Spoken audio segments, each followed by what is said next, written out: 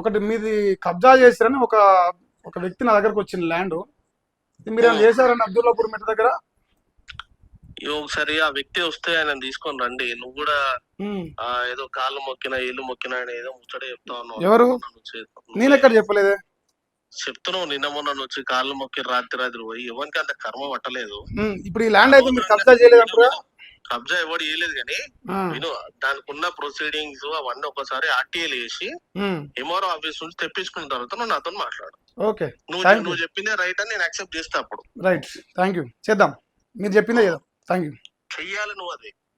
చలో, ఇప్పుడు మనోడు రేవంత్ రెడ్డి గారు, మీరు అర్థమైందా? ఈ ల్యాండ్ నేను చెప్పిన తప్పు కాదు కదా. మావాడు వాట్సాప్ కాల్ చేస్తే లిఫ్ట్ చేసిండు.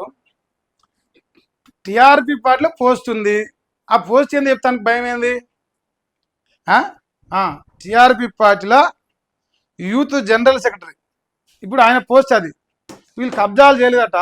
సరే, మొత్తం పిన్ టు పిన్ ఒక్కొక్కటిగా తీసి మీకు నచ్చిన విధంగా నేను పంపే ప్రయత్నం చేస్తా. సో అదే వెయిట్ చేస్తాను నేను కూడా, ఎప్పుడు పంపుదామని.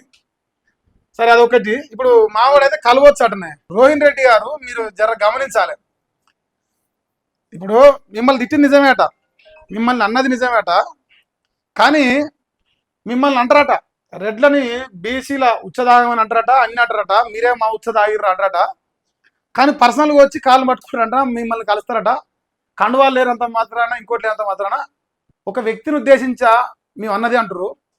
మరి రోహిన్ పక్కన రెడ్డి అయితే ఉంది కదా, ఆ జాతి అంటే అది మీకు కూడా వర్తిస్తుంది కదా.